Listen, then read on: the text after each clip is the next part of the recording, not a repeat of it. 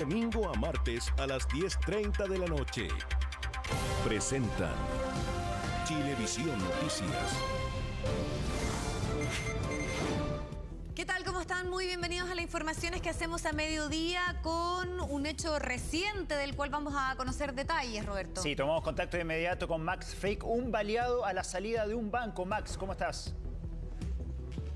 Hola Vivi, Roberto, muy buenas tardes. Sí, la típica salida de banco, pero esta vez al revés. Se podría denominar entrada de banco porque la víctima, un empresario que se dirigía hasta una entidad bancaria ubicada en la comuna de Quinta Normal, aparentemente era esperado por sujetos que habrían tenido el dato que él se dirigía con dinero en efectivo. No sabemos cuánto porque es información de último minuto, pero aparentemente serían varios millones de pesos en un bolso. Él llega hasta esta sucursal bancaria ubicada en Juan de Barros con General Velázquez e inmediatamente un sujeto que lo esperaba al lado de un árbol se acerca a esta persona y comienza un forcejeo. Esta víctima, al no entregar su bolso, finalmente lo arroja hacia el estacionamiento de un banco que estaba al lado de la sucursal a la cual él asistía, y al realizar este acto uno de los delincuentes percuta 3 disparos, 2 de los cuales lamentablemente lesionan a este empresario, un impacto balístico en un brazo y el otro en el abdomen. Rápidamente se dan a la fuga estos sujetos en la misma moto en la que habían llegado, no logrando concretar el asalto, pero sí hiriendo de gravedad a este empresario, que es rápidamente asistido por personas que estaban en este lugar. Al no llegar rápidamente la ambulancia, los primeros que llegan son carabineros y ellos mismos lo trasladan hasta un centro asistencial para salvarle la vida, lo que afortunadamente ocurrió de esta forma, porque conversamos con un familiar y nos dijo que él fue intervenido ya de esta lesión grave que sufrió en su abdomen. Está grave, sí, pero sin riesgo vital. Vamos a escuchar lo que dijeron testigos que estaban en este lugar y escucharon los disparos y algunos que también vieron este asalto. Lo vieron llegar al caballero antes de entrar. Antes de entrar lo vieron. Los disparos, pero estaba mirando yo las motos porque nunca se estaciona y yo estaciono ahí. Y nunca pensé que siempre llegan motos, siempre las motos las estacionan allá. ¿Y por qué habían motos ahí? Eso me tenía, por eso que estaba preocupado, yo que algo va a pasar. No le robaron nada porque tiró la bolsa para el banco. Ah, tiró la bolsa dentro del banco y así evitó que le robaran. Evitó así, claro. Le dispararon 3 tiros, no sé dónde le llegaron. Yo vi cuando salió arrancando, ¿no? El gallo. ¿Cómo fue? ¿Lo trataron de asaltar? Sí, lo gustaba y salió arrancando por aquí, los policías lo siguieron. ¿Cuántas personas eran?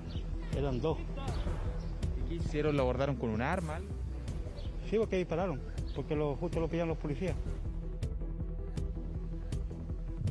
Bueno, pese a que no le pudieron robar, estos sujetos huyen rápidamente del lugar. Hasta el momento no se tiene registro de ellos. Carabineros está empadronando el sector para encontrar algún tipo de evidencia que permita dar con este sujeto que se ve en las imágenes esperando a la víctima, que está vestido con unos jeans, incluso con unas zapatillas blancas, y que posteriormente, tras balear a la víctima, se sube a una motocicleta que también se ve en la imagen y escapan del lugar sin haber concretado su robo. Ya lo decíamos anteriormente, la rápida acción de Carabineros que llega rápidamente hasta este lugar, hasta General Velázquez con Juan de Barros, permite salvarle la vida a este empresario porque es rápidamente trasladado en un propio carro de Carabineros hasta el Hospital San Juan de Dios, donde fue intervenido debido a estos impactos balísticos. Un hermano de la víctima nos decía que incluso le lograron retirar el proyectil que le había quedado alojado en el estómago. Vamos a escuchar lo que dijo Carabineros también tras este violento asalto que se produce en la comuna de Quinta Normal cuando esta víctima iba a llegar a hacer un depósito a este banco. Una persona que es cliente del Banco Santander venía al banco a hacer depósito y fue interceptada por una persona de cual se encuentra en materia investigativa. Le propinó, al parecer serían 2 disparos para poder sustraer el dinero que venía a depositar. Ante esto la víctima reacciona y lanza un bolso con dinero al sector de los estacionamientos del Banco Chile, no pudiendo ser robado el dinero por parte del delincuente. Debido a que la ambulancia no llegaba, sí que se tomó la decisión de trasladarlo en un carro policial y salvarle la vida a la persona, la cual al momento se encuentra siendo operado en la posta 3. ¿Sabe dónde llegaron los impactos? A simple vista había uno en el abdomen y en el antebrazo derecho. Bueno, un hecho extremadamente violento que ocurre cerca de las 11 de la mañana en la comuna de Quinta Normal. También en el banco llegó el hermano de esta víctima, quien nos pudo contar que efectivamente su estado era grave, pero afortunadamente ya sin riesgo vital, que lo habían intervenido de manera bastante exitosa al interior del Hospital San Juan de Dios, hasta donde llegó trasladado por propio personal de Carabineros, que es el que estaba en ese lugar inicialmente. Ahora nos han comentado que la Fiscalía Metropolitana Centro Norte designó a la Policía de Investigaciones para realizar la investigación de este robo. Vamos a escuchar declaraciones precisamente del hermano de esta víctima, quien estaba bastante preocupado fuera del banco por el estado de salud de esta víctima, este empresario que fue víctima de este robo con intimidación, presuntamente por una información que había desde su entorno cercano, ya que se ve que estas personas lo estaban esperando afuera del banco hasta que él llegara para realizar este depósito. Escuchemos lo que dijo el hermano de la víctima. Estoy llamando a mi sobrino para saber cómo está él. ¿Pero lo operaron, me decía? Sí, está operándose. ¿Cómo estaba? ¿Estaba bien? ¿Está bien? ¿Dónde recibió los impactos de bala? En el toro, espérame un poquito. ¿En el hombro, me decía usted? ¿En el abdomen? Sí. ¿Estaba bien? ¿Salió bien de la operación? Sí, sí, está bien. ¿Venía de la empresa él? Sí, venía de su empresa. ¿Alguien puede haber dado un dato ahí? No sé, no tengo idea, muchachos. Bueno, una situación lamentable, la balacera que se produce afuera de este banco, esta persona, un empresario herido, que seguramente se va a recuperar en los próximos días, y esta investigación que se inicia por parte de la policía para poder dar con el paradero de estos dos sujetos, uno de los cuales se ve claramente en las cámaras de seguridad esperando a esta víctima afuera del banco. No le pudieron robar el dinero y claro, en ese forcejeo lamentablemente uno de los delincuentes percuta estos disparos, dos de los cuales hieren gravemente a este empresario que hoy afortunadamente se encuentra fuera de riesgo vital, pero aún con lesiones graves. Bien, Max, en cualquier momento volvemos contigo para saber si hay novedades sobre el estado de salud de este empresario y si también lograron capturar a estos delincuentes que provocaron las heridas y este robo frustrado. Gracias, Max. Avanzamos en otras informaciones porque ayer sabemos fue la primera jornada luego de 500 y tantos días con toque de queda y las autoridades hicieron un positivo balance de esta noche sin esta excepción de constitucionalidad. Por otro lado, también se comienza a implementar la vacunación masiva en los niños. En 19 colegios se ha estado trabajando durante esta jornada. Tenemos ya a Consuelo Aguilera que nos va a contar. Consuelo, ¿qué tal? Hola, Consu.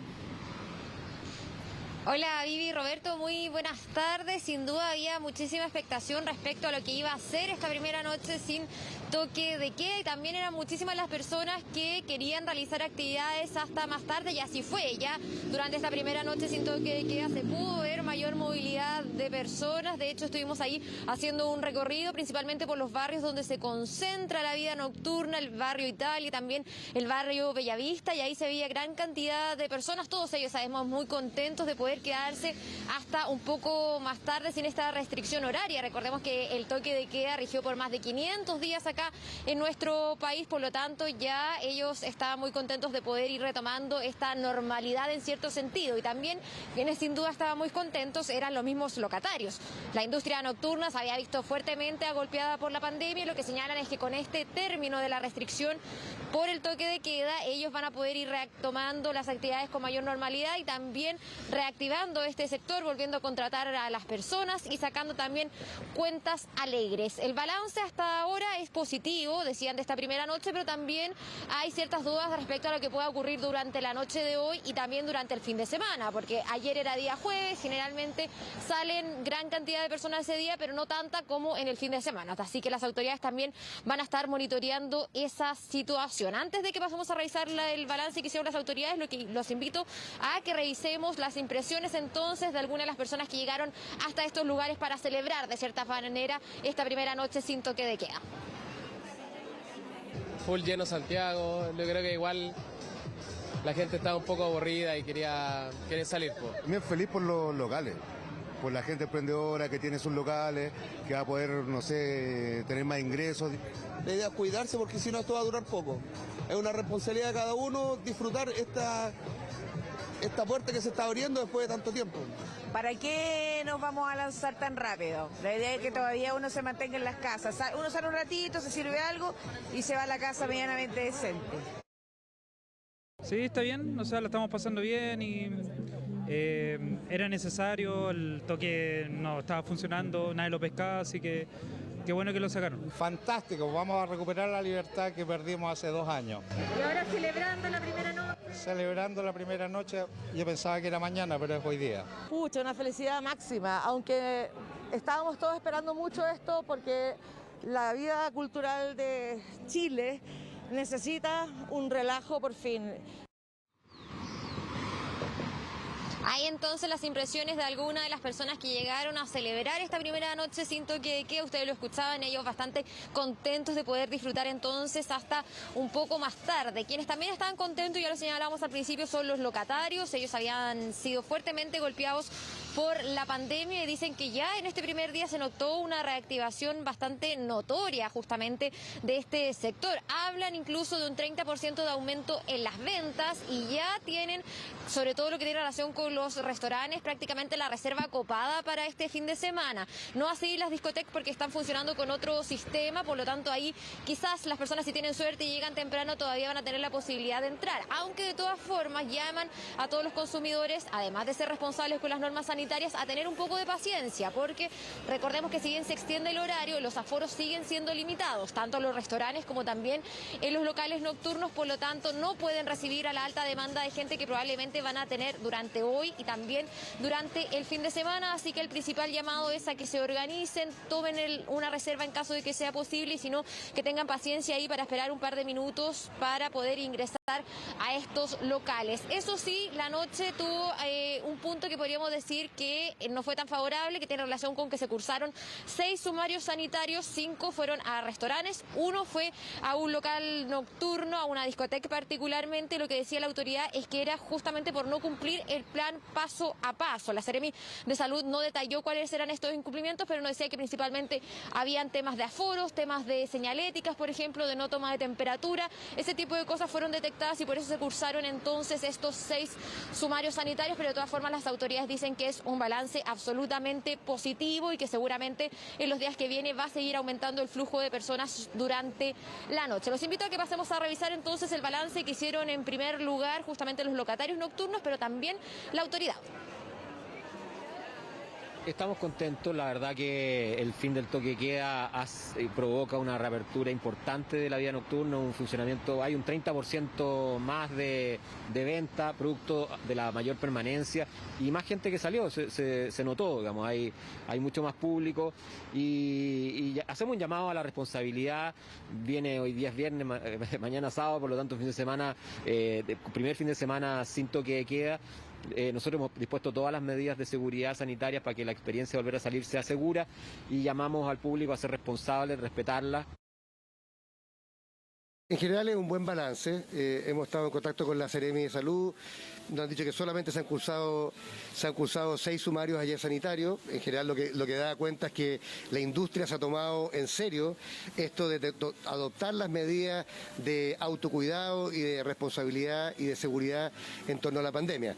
Se terminó el toque de queda, pero no se terminó la pandemia. Entonces es importante que si queremos que esta libertad que hemos recuperado los chilenos y las chilenas para poder tener una vida nocturna también y de entretenimiento y de celebración y de esparcimiento con nuestros familiares y seres queridos se mantenga, tenemos que cumplir con las normas.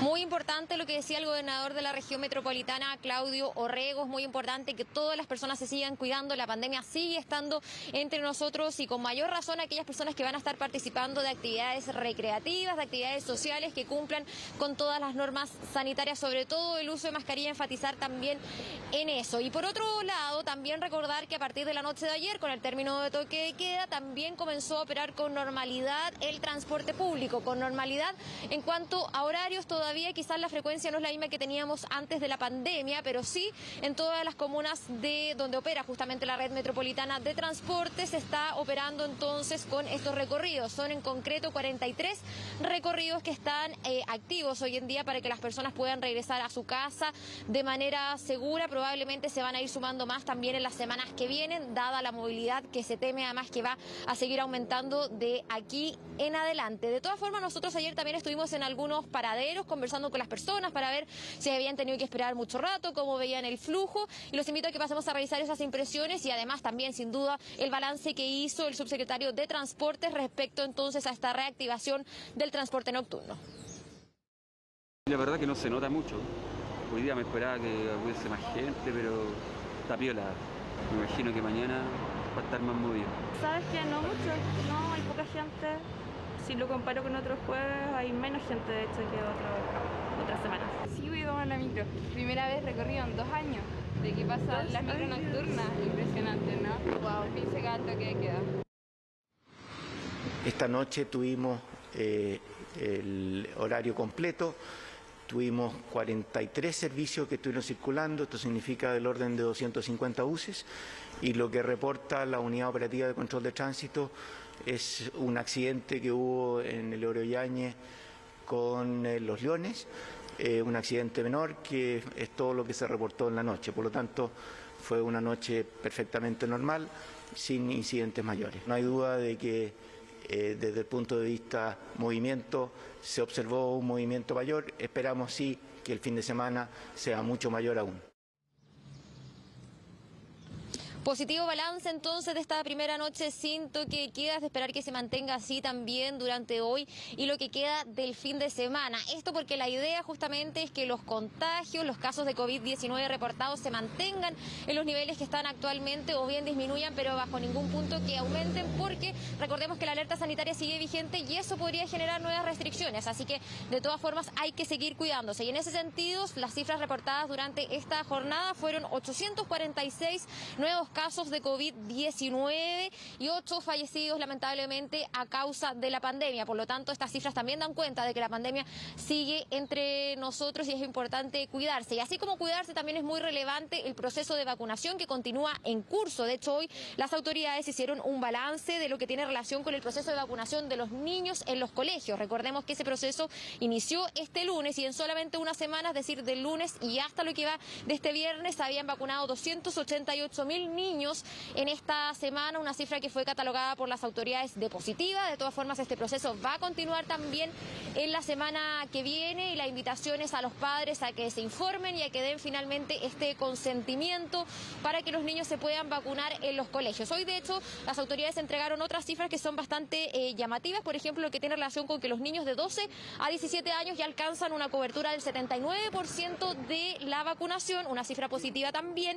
En el nivel de cuarto medio, particularmente, se alcanza un 87% a nivel nacional y en algunos colegios incluso se alcanza el 100%, y esto da cuenta de que esos estudiantes deberían, en el caso de que sus padres lo estimen conveniente, volver a las clases presenciales, porque tal como se informó el día de ayer, los aforos en los colegios ya van a estar finalmente vinculados al esquema de vacunación y una vez que se alcance el 80% del nivel vacunado se puede regresar de manera presencial y sin las restricciones de aforo finalmente a los colegios. Hoy conversamos con la subsecretaria de Salud Pública sobre este tema y también con el ministro de Educación, quienes entregaron además más antecedentes respecto a este balance sobre el proceso de vacunación de niños, niñas y adolescentes.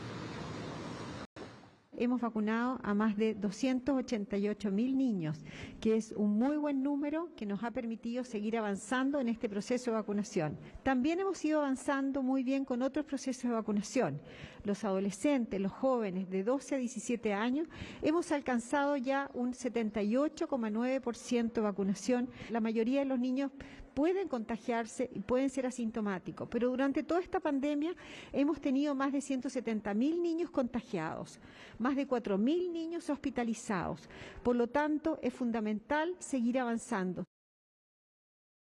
Es muy importante insistir en el llamado a que los padres autoricen a sus hijos para acceder a la vacuna. A medida que se incorporan nuevas medidas de seguridad, como es el caso de la vacuna, se puedan flexibilizar algunos elementos que restringen la continuidad del proceso educativo. El 85% de los alumnos de cuarto medio tiene ambas dosis de la vacuna y eso permite que el 73% de todos los cuartos medios del país puedan darle continuidad a su proceso educativo sin tener que considerar de manera obligatoria el método de distancia. El calendario de vacunación para la próxima semana ya está disponible en las plataformas del Ministerio de Salud. Sin duda se continúa con la dosis de refuerzo para aquellas personas que se hayan vacunado hasta el día 23 de abril y también de forma paralela el proceso para los niños, niñas y adolescentes y también para las personas que estén en calidad de rezagados, y en ese sentido el llamado a la autoridad es que acudan a los distintos vacunatorios a lo largo del país para administrar justamente esta dosis. De todas formas se va a continuar, ya lo decíamos, con el proceso de vacunación en los establecimientos establecimientos educacionales. Hoy estuvimos conversando con varios de los alumnos que fueron vacunados durante esta jornada y la verdad es que ellos tienen bastante conciencia de lo relevante que es participar en este proceso de vacunación. Los invito a que revisemos sus impresiones. Es como una nueva experiencia para mi cuerpo, como así decirlo. No voy a tener tanto miedo de contagiarme. Estoy nerviosa porque no sé si me pueden dar efectos secundarios. Así podríamos estar en la normalidad, juntarnos más.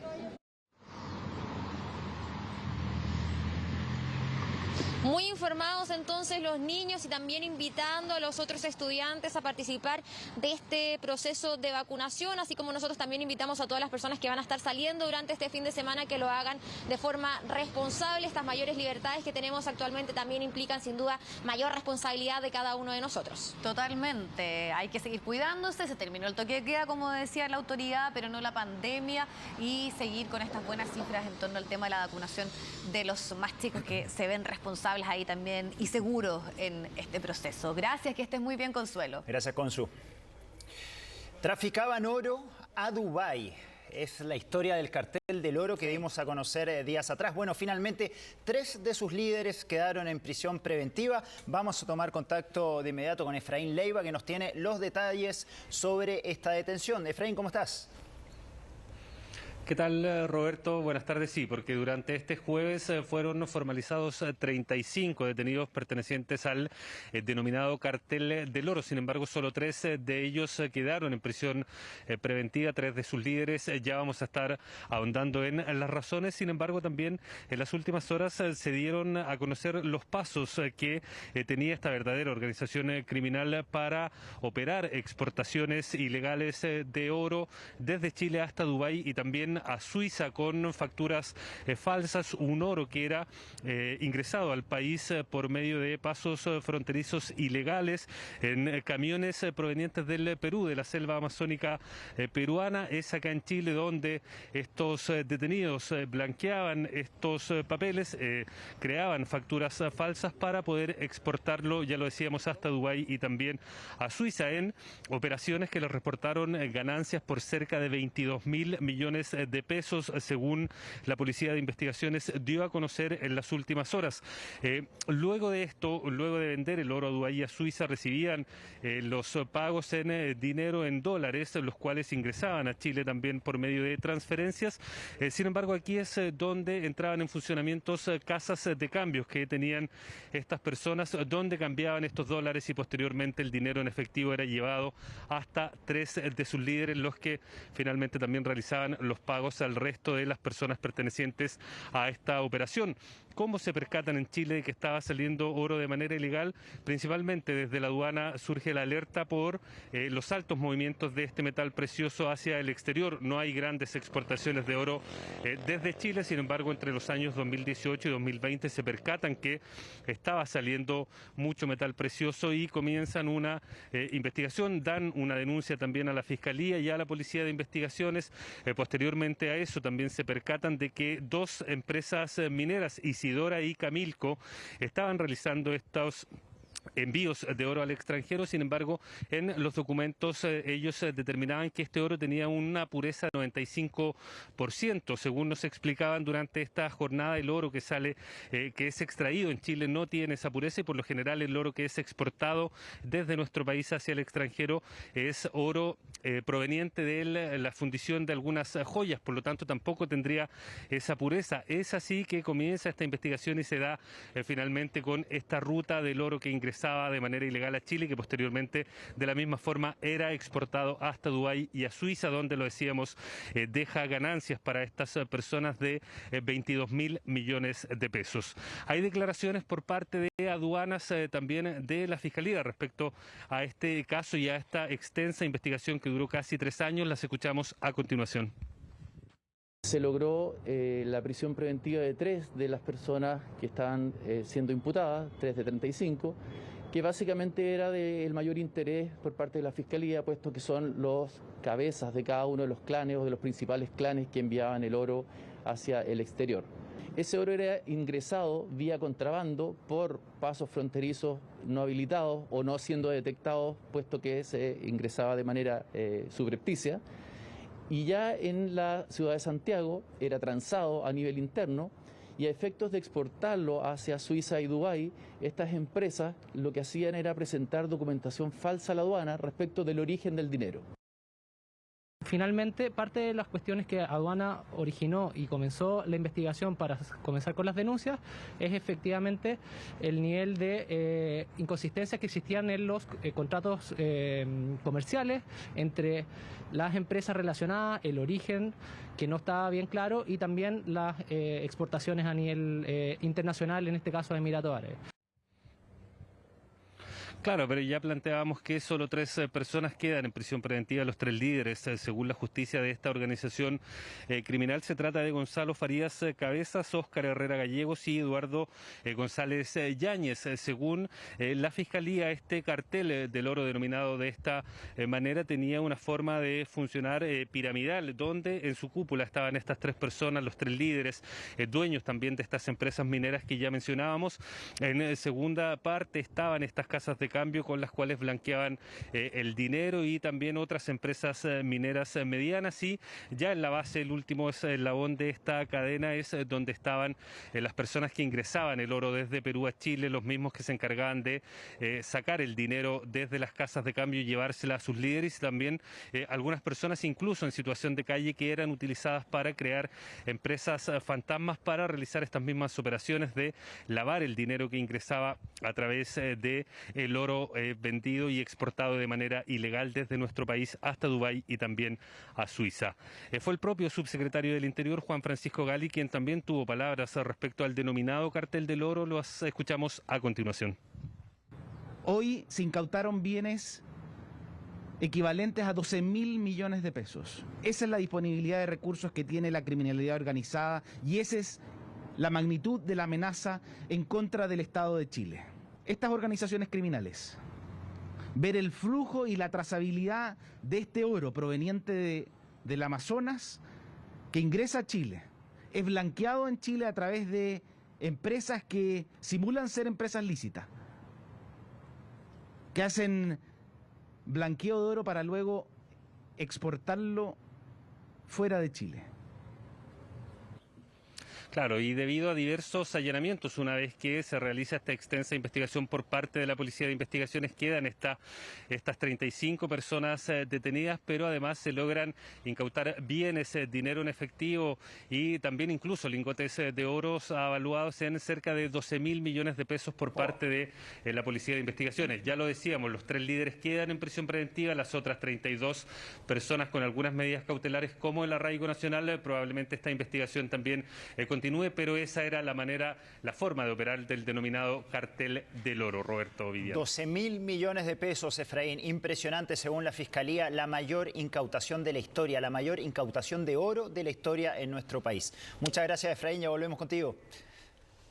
Bueno, nos vamos a los temas políticos, a lo que marcó la jornada del día de ayer. Teníamos esa declaración y también las reacciones al reconocimiento días después de negarse a responder del candidato presidencial de Chile Podemos Más, Sebastián Sichel, de efectivamente decir que había sacado un 10% de sus fondos previsionales. Ahora su equipo económico intenta aterrizar una sorpresiva propuesta que es el retiro total de los fondos.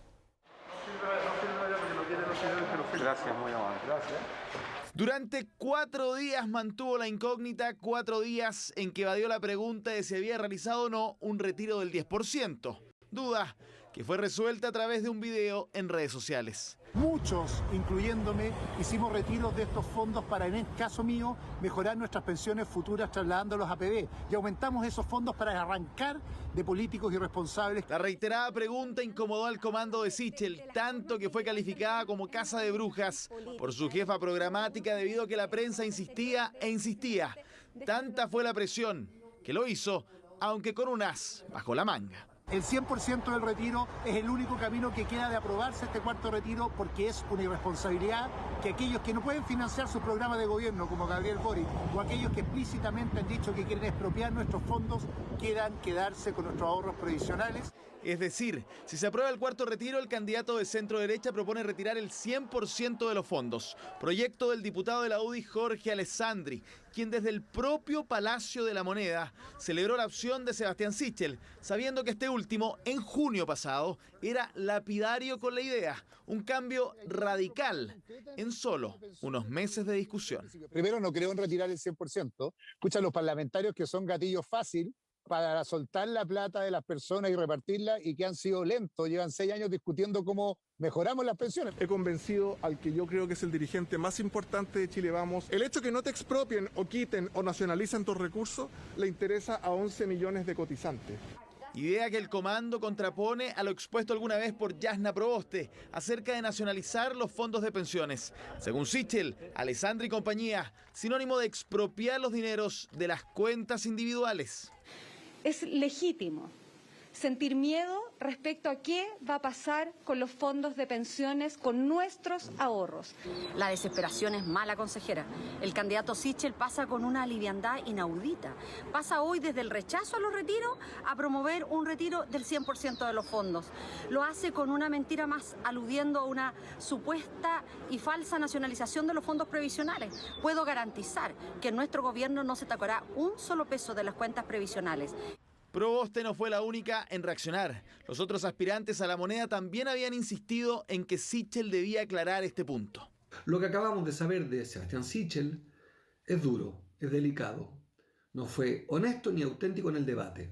Los ahorros de todos los chilenos los tenemos que defender ganando las próximas elecciones, no entregando los sistemas previsionales por unos pocos votos más o por cálculos electorales. El burro mostró sus orejas.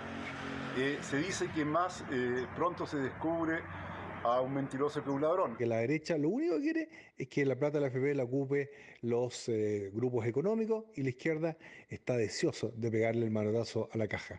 Se demuestra que el candidato oficialista no se le puede creer lo que dice. Por eso evade responder las preguntas hasta que no tiene otra cosa que admitirlo.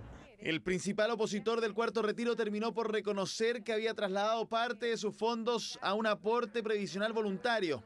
En su sector, algunos consideran que esto no es menor y recuerdan que amenazó a los parlamentarios con no hacer campaña por ellos si votaban a favor de este proyecto. Hay una señal súper clara. Ahí no están los... Bueno, y esta no es la única polémica en torno al candidato Sebastián Sichel. A todo lo que vimos en la nota, a este retiro del 100%, a que el mismo candidato habría hecho los retiros anteriores, se sumó hoy otra polémica. Su padrastro, quien es considerado el primer padre de Sebastián Sichel, Saúl Iglesias, dio una entrevista al diario The Clinic, donde declaró que muchas de las historias que contó el candidato sobre su infancia y juventud no serían verdaderas. Obviamente hubo reacción de parte de la campaña de Sebastián Sichel y vamos a revisar todo esto con Ignacia Jiménez. Ya la tenemos ahí en pantalla. Ignacia, ¿cómo estás? Hola Roberto, ¿cómo estás? Buenas tardes. Varios de los temas que hoy día rondean al candidato, partiendo por el tema del retiro de fondos. Ayer a muchos los tomó por sorpresa esta decisión que él plantea de apoyar el 100% de retiro de fondos de pensiones para llevarlo hacia un sistema de ahorro distinto a las AFP, una medida que había sido socializada por algunos parlamentarios de su sector, pero que la verdad para muchos es hoy día una contradicción con lo que el candidato había planteado desde un primer momento, estar en contra de los retiros de los fondos, no apoyar el cuarto retiro, que después se conociera que él sí hizo uso de uno de los retiros del fondo de pensión, en particular el primero, y que más encima ahora apoyaba este 100% de retiros. Eso es lo que han visto desde las otras candidaturas presidenciales, una contradicción por parte del candidato Sebastián Sichel, que desde su comando han intentado explicar de varias maneras. Hoy día Catherine Martorell, en una conversación con CNN Chile, asegura que esto es una respuesta a lo que ha sucedido con los retiros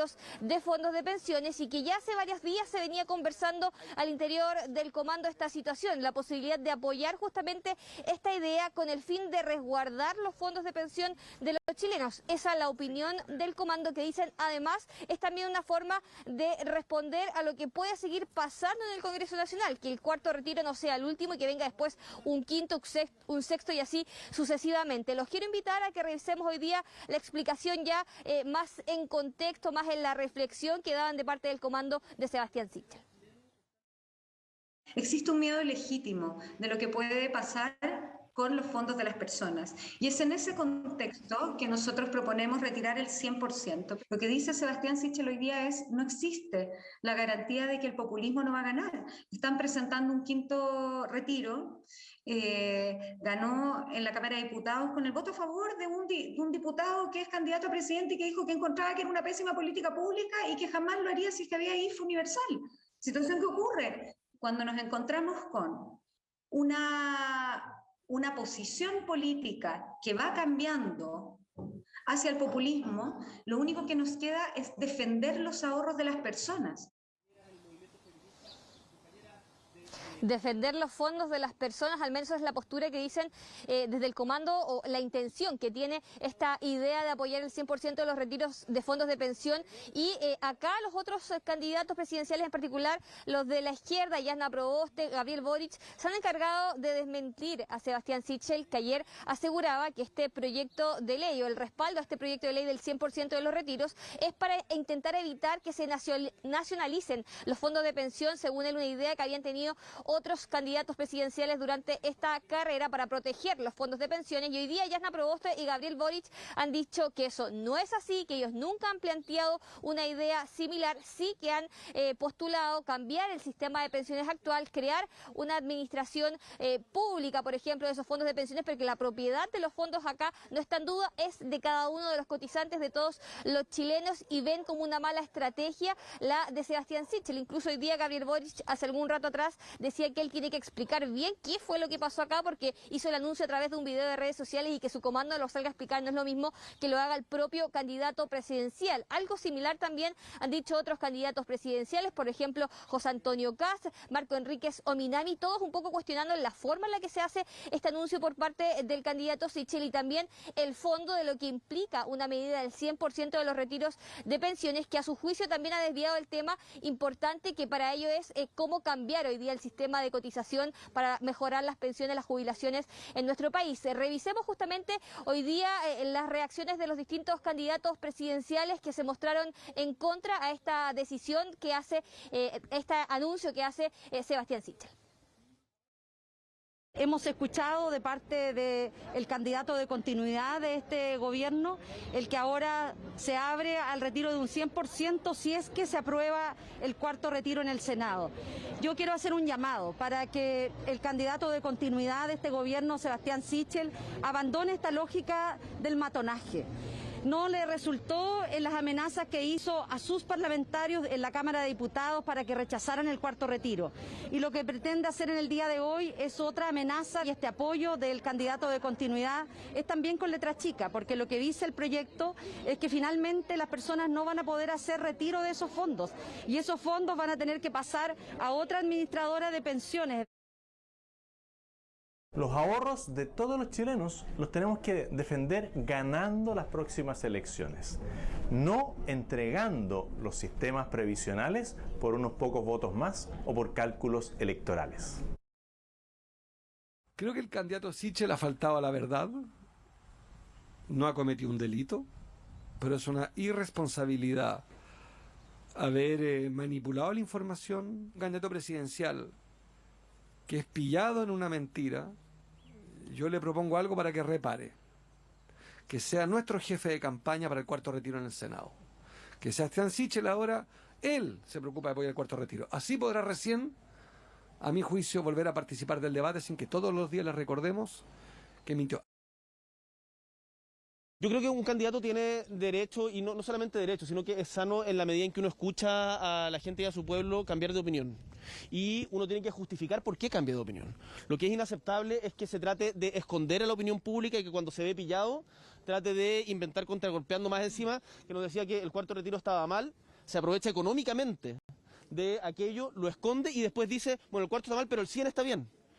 Eso nos parece que hay una inconsistencia mayor. Lo que hizo el candidato Sichel fue además ponerle una EPB. O sea, no solamente no pagó impuestos, sino que tuvo un beneficio económico a partir de eso. ¿Y a qué reacciones a esto de todos los sectores, incluso del gobierno, de las asociaciones de AFP, incluso de miembros cercanos al sector de Sebastián Sichel? Hablamos de Evelyn Matei, una persona importante dentro del sector de Sebastián Sichel, y ella hoy día planteaba una situación que da cuenta de un respaldo también a esta idea de Sebastián Sichel, y ella decía que está segura que le van a robar en su momento los fondos de pensiones y por eso está de acuerdo con que se pueda retirar este 100% de fondos para ahorrarlo en otro sistema que no sean las AFP. Y eso a la asociación de AFP, sumado a la intención que plantea Sebastián Sichel, no le cae bien. Ellos han planteado en un comunicado, en declaraciones a la prensa, que esto es una medida irresponsable, que no es el foco de donde debe estar la discusión. Y algo similar también han planteado desde el gobierno. El ministro de Hacienda, incluso esta mañana, aseguraba que aquí hay que devolver la discusión a lo que es el fondo, que son las pensiones, cómo mejorarlas en nuestro país y dejar atrás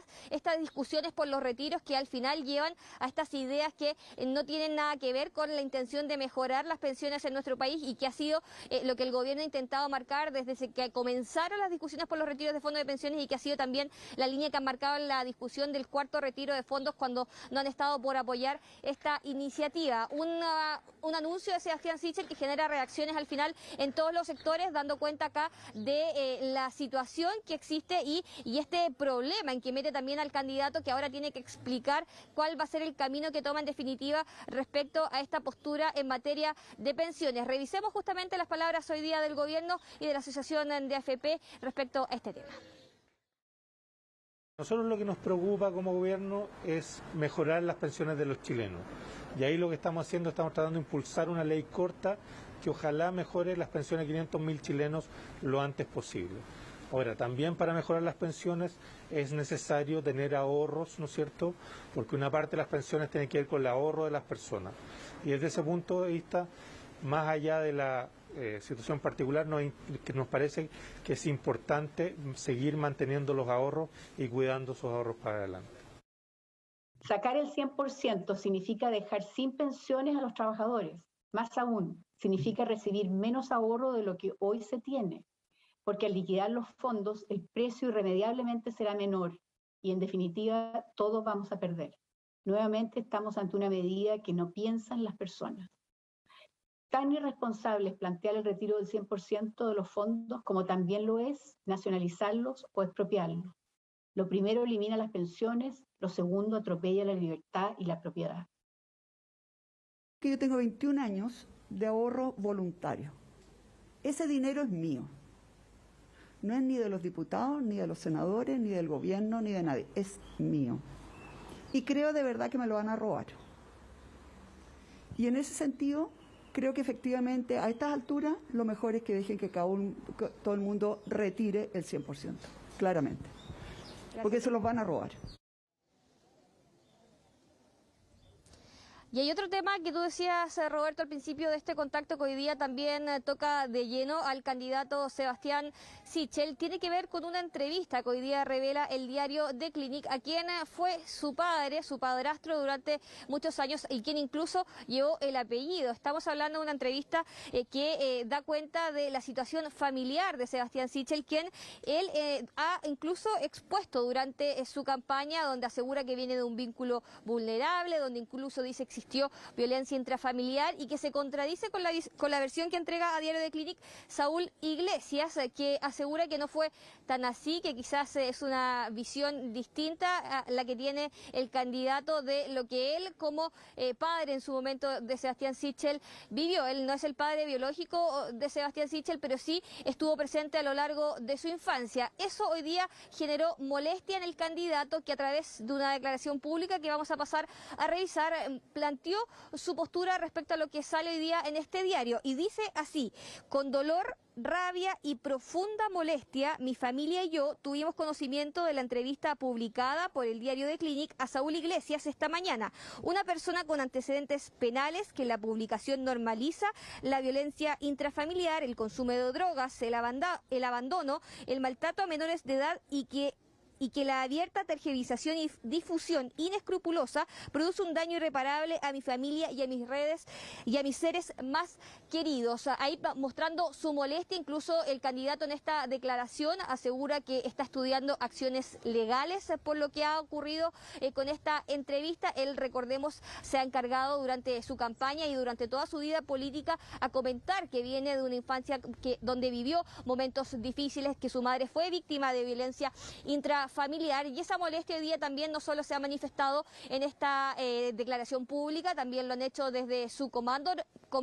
Su vocera Catherine Martorell hoy día planteaba justamente el camino que están estudiando desde la candidatura de Sebastián Sichel después de que se revelara esta entrevista a su padre. Pasemos a revisar esas palabras. Creo que esto es algo que quizás Sebastián Sichel deba explicarlo mejor, no lo sé, él hizo un comunicado. Me parece es que si uno lee la entrevista es suficientemente dura como para darse cuenta la dolorosa vida que tuvo Sebastián Sichel y su familia. Y si uno lee la entrevista también se da cuenta de que la persona que está dando esa entrevista es una persona que reconoce haber golpeado a una mujer. Es un tema delicado que tiene que ver con la vida personal del candidato, más allá de que él haya expuesto muchas veces parte de esta vida privada. Incluso hoy día le preguntamos al resto de los candidatos presidenciales sobre esta situación y ninguno quiso emitir una opinión al respecto, justamente en el marco del respeto a esta vida privada y esta declaración pública que saca hoy día el candidato Sebastián Sichel, más allá de todas las polémicas y todas las diferencias que los puedan marcar, pensando en lo que había pasado en las últimas horas respecto a este anuncio que hace él del 100% de retiro de fondos. Bien, Ignacia, muchísimas gracias por todos los... Bueno, ya estamos de regreso. Vamos a los detalles de un incendio ocurrido en Ñuñoa. Finalmente terminó con 4 viviendas destruidas, 15 personas damnificadas y además un sinfín de cuerpos de bomberos que estuvieron trabajando en el lugar, compañías de Ñuñoa y de Santiago. Tenemos a Max Frick para que nos cuente detalles de este incendio. Max. Hola Vivi, muy buenas tardes. Sí, fue una alerta que se dio pasadas las 8 de la mañana en la población Ezequiel González Cortés de la comuna de Ñuñoa. Fue así como vecinos se dieron cuenta de que desde un inmueble que aparentemente era de estructura ligera, de madera, estaban emanando llamas. Rápidamente se llamó bomberos y el fuego se propagó tan rápidamente que cuando bomberos llegó al lugar, lamentablemente, ya 4 viviendas estaban absolutamente destruidas. Son viviendas contiguas que no tienen cortafuegos y a través de las paredes de madera rápidamente las llamas se propagaron hacia casas vecinas. Bomberos logró controlar el siniestro ya cuando eran 6 casas afectadas, 2 parcialmente que no fueron destruidas totalmente, pero sí, afortunadamente se logró evacuar a todas las personas que estaban al interior de estas viviendas. Tú bien lo decías, 15 personas damnificadas, pero afortunadamente no hubo heridos ni víctimas fatales que lamentar. El incendio se logró controlar casi 2 horas después de iniciadas las llamas debido a la complejidad, decía bomberos, de ingresar a este sector porque son pasajes peatonales por los cuales evidentemente no pueden entrar los carros de estas compañías de bomberos de Ñuñoa y de Santiago. Más de 10 carros llegaron hasta esta emergencia, donde finalmente cerca de las 10 de la mañana se logró controlar el fuego. Vamos a escuchar declaraciones de vecinos que podrían dar cuenta, hay que hacer una investigación, eso sí, de bomberos, cuál podría haber sido el inicio de las llamas. Ellos principalmente aludían a personas que se habrían tomado una casa y desde ahí se habrían iniciado las llamas. Vamos a escuchar lo que dijeron vecinos del sector y también carabineros. Los vecinos empezaron a llamar, necesitaban ayuda, así que tuvimos que salir rapidito nomás y ayudar. Pues empezó en la casa un vecino que quería, el tío Jorge. No. Sí, pues ahí lo empezamos a ayudar. Entraron por allá, pues. Entonces por la calle ya no hay muy fácil acceso, entonces tuvieron que darse la vuelta y entrar por Guillermo Mann.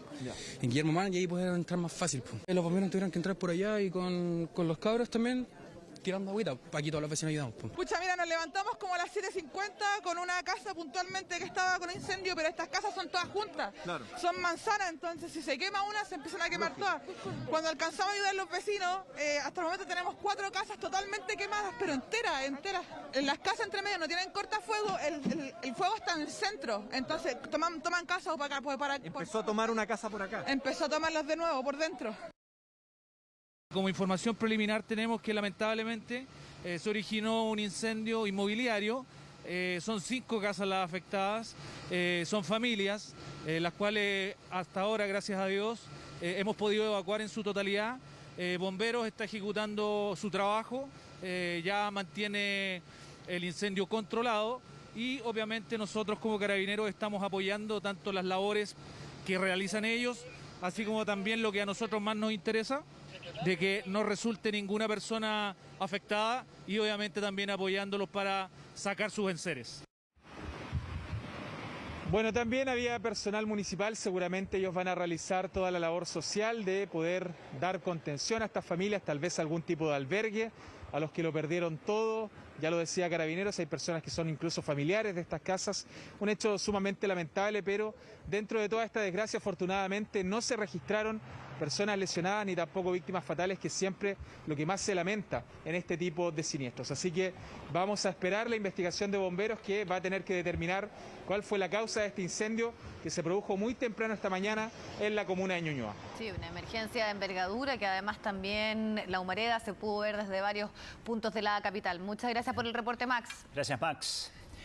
Volvemos a hablar ahora, Vivi, de pensiones, porque las tablas de mortalidad son claves para determinar la pensión de una persona. Por eso la idea es que la expectativa de vida se calcula solo hasta los 86 años y no hasta los 110 años. Que es la última propuesta. Claro, ¿quién vive hasta los 110 años? Muy poquita gente. Bueno, fue destacada esta idea por adultos mayores, pero criticada por quienes deben pagar jubilaciones.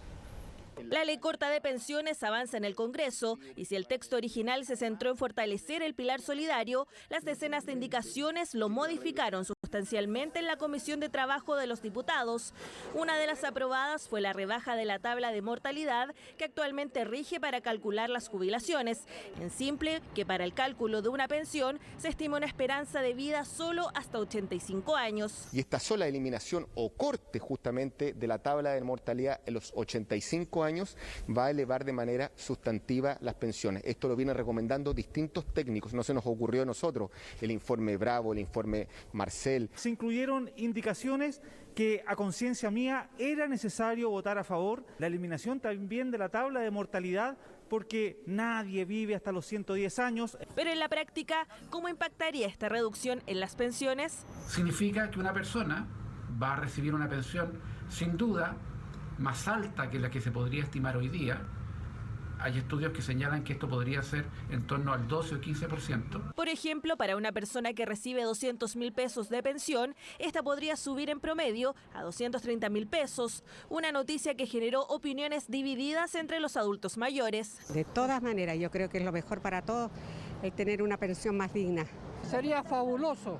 Para mí sería fabuloso. Que se mejoren las pensiones, sí, pero no que se corte la edad. Después quizás cómo vendría la cosa.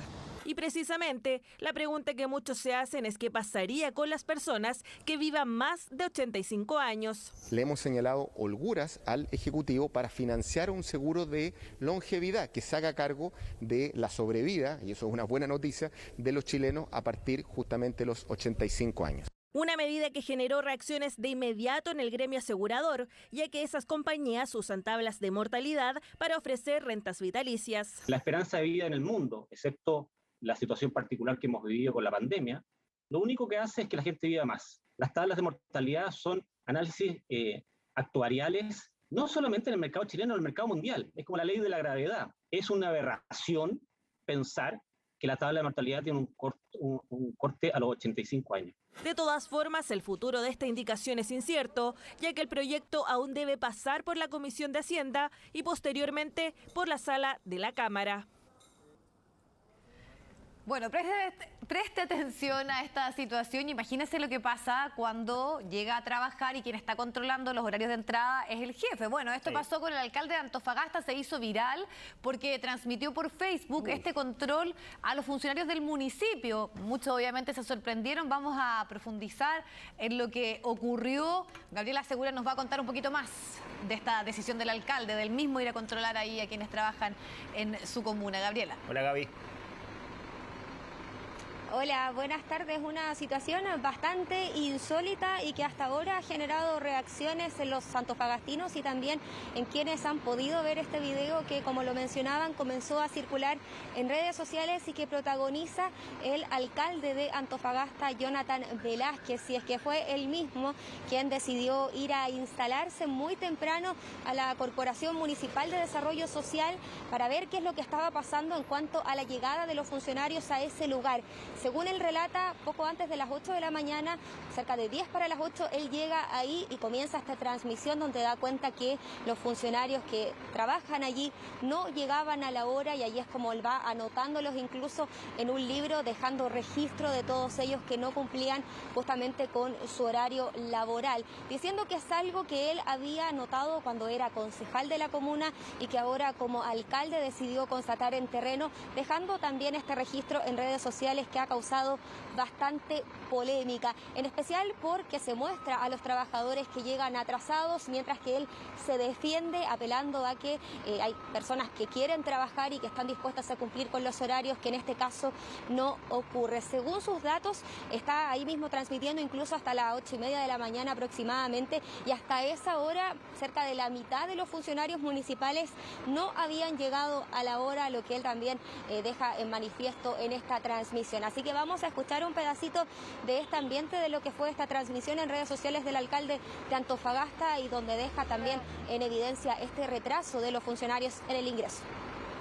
Estoy aquí en la portería donde ingresa el personal de la CMDS y bueno, el día de hoy ya van a ser las 8:30 y estoy anotando a las personas que llegan tarde, y la verdad me llama la atención la lista de gente que llega atrasada, van más de 40 personas. Aquí la señora acaba también de llegar tarde y voy a poner cartas en el asunto, porque esta era una costumbre que estaba desde antes y que yo me he venido aquí 10 para las 8 de la mañana y me sorprende la cantidad de gente que llega tarde, así que voy a poner cartas en el asunto, y de verdad me da mucha pena, porque esto yo pensé que pasaba antes, entonces vamos a tener que poner el reloj biométrico, porque uno no puede también ya confiar en las personas, y de verdad me da mucha lata, porque aquí se maneja la salud y la educación de todos los antofagastinos, y si es así voy a venir todas las mañanas a controlar el horario de ingreso de las personas, porque encuentro una responsabilidad que tantas personas lleguen tarde. Claro, porque a lo que apunta el alcalde Velázquez es que muchos de estos trabajadores vienen desde la administración anterior y que están en esos cargos para pagar favores políticos, según sus propios dichos, y por eso también es que él manifiesta su preocupación porque no se cumplan con estas normas de ingreso al trabajo, específicamente a la corporación, una situación que sin duda a él le inquieta y que generó bastante malestar dentro de los mismos funcionarios de la corporación, quienes a pocas horas de transmitida esta escena realizan una crítica, emiten un comunicado en el que rechazan categóricamente el actuar del alcalde, ya que aseguran que se estarían vulnerando sus derechos como trabajadores, ya que si bien se puede sancionar, se puede amonestar a un trabajador por llegar tarde a su trabajo, el problema está en exponerlos de manera pública a través de redes sociales. Quienes también manifestaron su rechazo a este actuar del alcalde fueron los concejales de la comuna. Escuchemos sus palabras. Quiero manifestar públicamente mi molestia ante la actitud matonesca y autoritaria del alcalde Jonathan Velázquez, quien denostó y expuso ante la opinión pública de forma innecesaria a trabajadores y trabajadoras de la Corporación Municipal de Desarrollo Social por una situación de atrasos. Bien es sabido que las empresas, las organizaciones disponen de conductos internos para poder sancionar este tipo de faltas al ser reiteradas. Pero en este caso no era necesario llegar al punto de poner en un video en redes sociales esta situación, afectando la honra de estas personas y su dignidad. Y además tomando represalias contra personas que le explicaron que justamente había, por contrato y por estado de excepción, una flexibilidad para poder llegar en horarios un poco más tarde. Hay instructivos de la misma corporación y anexos de contratos de muchos trabajadores que tienen flexibilidad horaria por concepto de la pandemia, y que la misma corporación generó esas condiciones por casi todo el trabajo que se generó por esta situación pandémica que estamos viviendo toda la Antofagasta. Incluso hay ingresos permitidos de hasta 9:30 de la mañana. Entonces, finalmente, ¿a quién fiscalizó? estaban dentro de esa flexibilidad horaria, los que supuestamente llegaron retrasados. Yo creo que acá hay una actitud matonesca de denigrar a los trabajadores para un objetivo bien claro, que es lo que ha hecho durante toda su gestión, que es aumentar su popularidad a consecuencia de la denostación y la degradación de las condiciones de los trabajadores y de denostar a las personas. Sí, porque eso es lo que apunta tanto la Corporación Municipal de Desarrollo Social de Antofagasta como estos concejales, a que existían horarios diferenciados, esta flexibilidad en el contexto de la pandemia para que los trabajadores no llegaran necesariamente a la misma hora y evitar así aglomeraciones, y que esto no es considerado en la transmisión del alcalde, que deja también en visto que estos trabajadores no llegan finalmente a la hora. Comentaba también el alcalde respecto a la instalación de este reloj biométrico para poder controlar el horario de los trabajadores de ingreso, y finalmente es lo que realiza, porque pocas horas después de dar a conocer esta situación, de realizar esta transmisión en Facebook, él instala estos mecanismos de manera de poder controlar mejor el horario de entrada de los trabajadores. De todas maneras, les comentaba que si bien los empleadores tienen la facultad de sancionar a los trabajadores que incumplen con su horario, de todas maneras lo que él hace, lo que hace el alcalde de exponerlos públicamente, es una situación bastante compleja de manera legal, ya que estos mismos trabajadores podrían eventualmente presentar una denuncia en su contra por una vulneración de sus derechos fundamentales, algo que podría terminar incluso en un juicio dentro de los tribunales laborales del país, algo que también va a ser obviamente analizado por los trabajadores que se vieron involucrados en esta transmisión. Conversamos con un abogado experto en derecho laboral, Claudio Palavecino, quien nos explicaba respecto a estas acciones que pueden tomar los trabajadores que se han visto afectados y perjudicados por este video. Es posible que se hayan afectado derechos fundamentales de los trabajadores y desde ese punto de vista su dignidad como persona.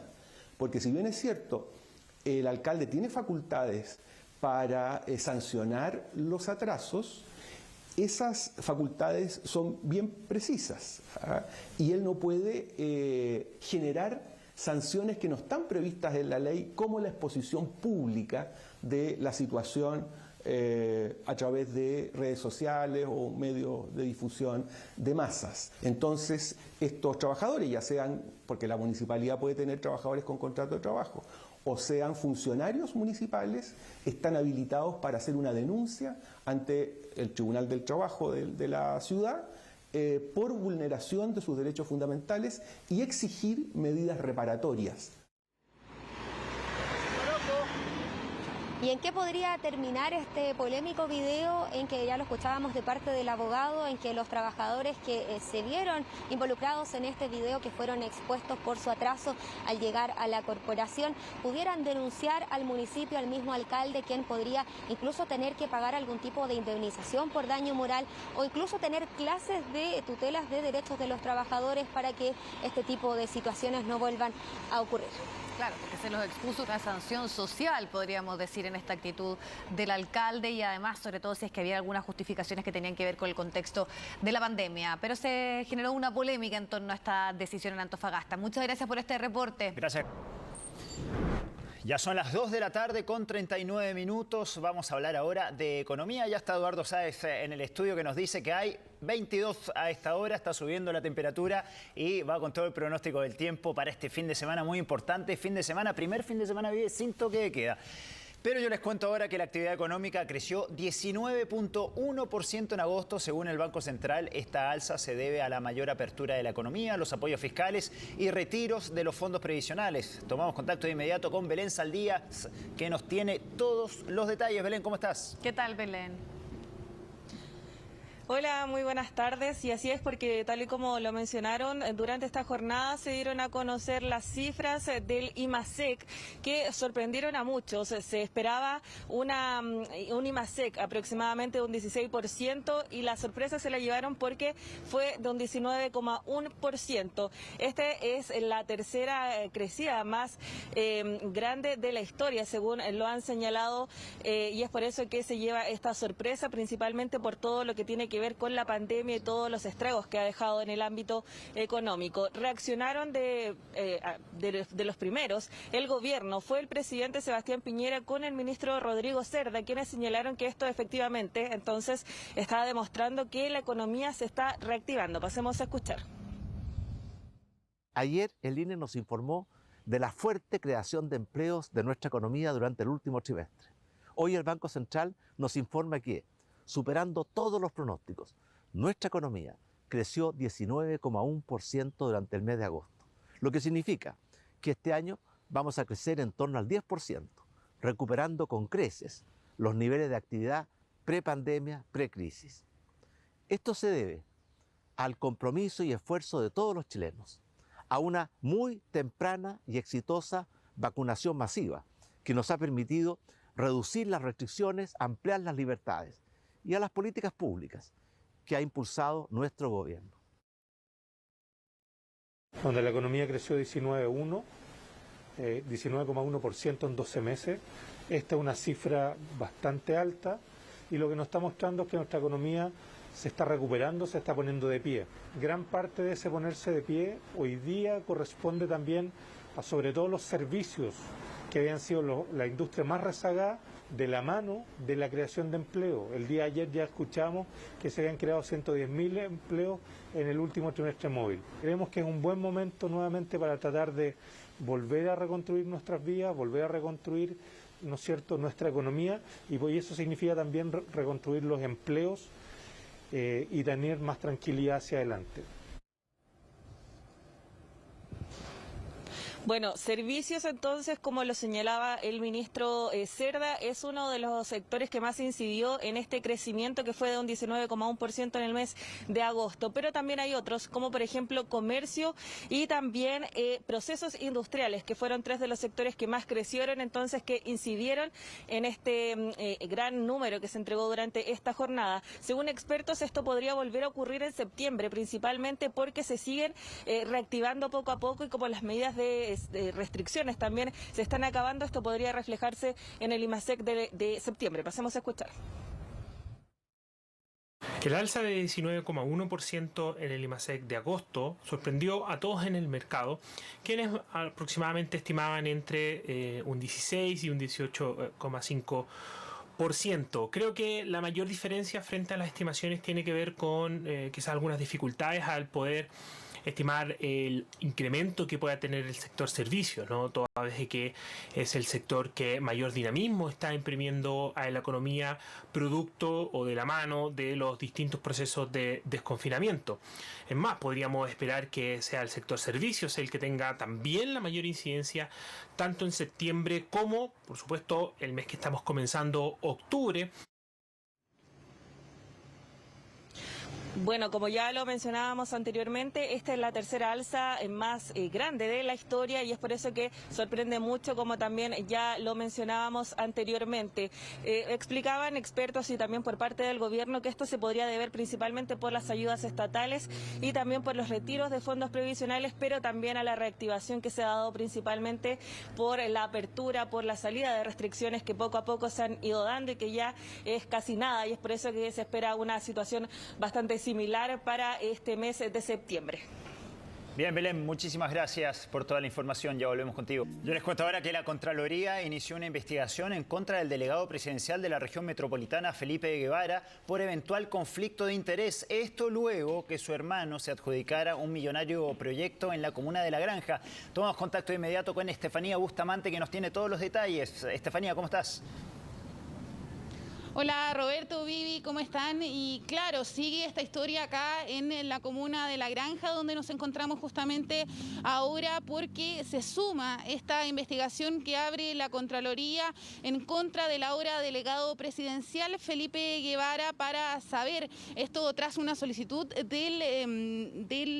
de Claudio Orrego. Lo que se busca saber es qué ocurrió con esta construcción del Polideportivo San Gregorio en la comuna de de La Granja, que hay que recordar que estas obras en agosto fueron abandonadas por parte de la constructora Lima, quien se adjudicó estas licitaciones junto con Matías Guevara, que como bien decían ustedes es el hermano del delegado presidencial. Entonces lo que se busca saber es primero qué ocurre con este abandono de las obras del polideportivo, pero también qué es lo que está ocurriendo con el delegado presidencial, que cuando era intendente aprobó esta licitación, y lo que se busca investigar justamente es si sabía o no que su hermano estaba involucrado en este proceso. Parte de lo que fue hoy día y lo que respondió el delegado presidencial vamos a pasar a escuchar a continuación.